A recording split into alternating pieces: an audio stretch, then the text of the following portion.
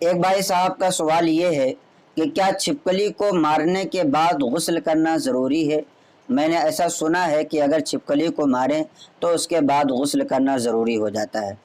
تو آج میں آپ کو بتاؤں گا کہ غسل کن چیزوں سے ضروری ہوتا ہے، اور اسی چیز سے آپ اندازہ لگا لیں گے کہ چھپکلی کو مارنے کے بعد غسل کرنا ضروری ہے یا نہیں۔ 5 چیزیں ایسی ہیں کہ جس سے انسان پر غسل فرض ہو جاتا ہے۔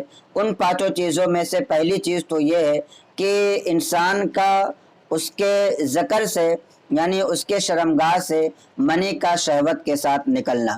اب وہ چاہے مرد کے شرمگاہ سے ہو یا عورت کے شرمگاہ سے ہو، اگر شہوت کے ساتھ منی نکلے تو ایسی صورت میں غسل کرنا فرض ہوتا ہے۔ اسی طریقے سے رات میں سوتے ہوئے احتلام ہو جانا، تو احتلام ہونے سے بھی چاہے وہ مرد ہوں یا عورت ہوں، دونوں پر اگر کسی کو بھی احتلام ہوا ہے تو غسل فرض ہو جائے گا۔ اسی طریقے سے بیوی سے ہم بستری کرنا شوہر اور عورت دونوں پر غسل کو فرض کرتا ہے، اور ایسے ہی مرد کے پیچھے کے مقام میں جو کہ ایک ناجائز اور بہت بڑا گناہ کا کام ہے، ایسا کرنے سے نبی کریم صلی اللہ تعالیٰ علیہ وسلم نے سخت وعید نازل فرمائی ہے، لیکن اگر کبھی کوئی ایسا کر لے تو ایسی صورت میں غسل فرض ہو جاتا ہے۔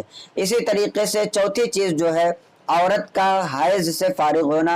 عام طور پر ہماری بہنوں کو ہر مہینہ 3 دن 4 دن 5 دن 6 دن 7 دن یعنی کسی کا 3 دن سے لے کر کے 10 دن کے اندر تک جو خون آتا ہے، جس کو حیض یعنی پیریڈز کا خون کہا جاتا ہے، تو وہ خون ختم ہونے کے بعد غسل فرض ہوتا ہے۔ اسی طریقے سے 5ویں چیز جو ہے عورت کا نفاس کا خون بند ہونا۔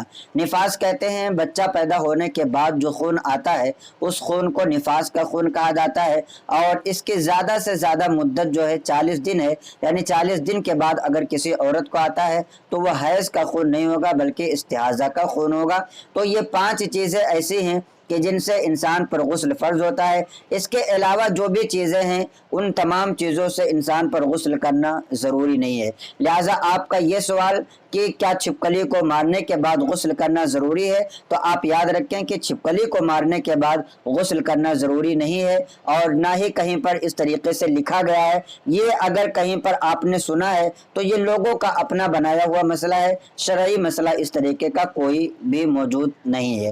تو امید کرتا ہوں کہ آپ کو یہ کلپ اچھی لگی ہوگی۔ اپنے دوستوں احباب کو بھی اس کلپ کو زیادہ سے زیادہ شیئر کریں تاکہ انہیں بھی دینی معلومات حاصل ہوں۔ السلام علیکم ورحمۃ اللہ وبرکاتہ۔